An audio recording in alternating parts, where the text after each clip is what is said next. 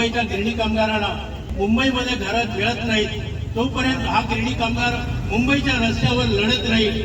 आणि गिरणी कामगारांच्या लढ्याविषयीची जी पार्श्वभूमी आहे ती कॉम्रेड संतोष मोरे यांनी संपूर्णपणे विशद केलेली आहे। त्यामुळे मी पुन्हा त्याच गोष्टी रिपीट करत नाही, कारण त्यांनी संपूर्ण इतिहास सांगितलेला आहे की गिरणी कामगार सुरुवातीपासून कसा लढला, त्यांना कशी घरं मिळत नाही, शासन गिरणी कामगारांची कशी फसवणूक करत आहे, हे सर्व त्यांनी सविस्तर सांगितलेलं आहे। या माध्यमातून आम्ही फक्त एकच इशारा देऊ इच्छितो, जर तुम्ही आम्हाला मुंबईमध्ये घरं दिली नाही तर मुंबईचा गिरणी कामगार स्वस्त बसणार नाही, तो अखेरपर्यंत तुमच्याशी लढत राहील आणि त्याचा धडा शिकवल्याशिवाय राहणार नाही। हे दोन शब्द बोलून मी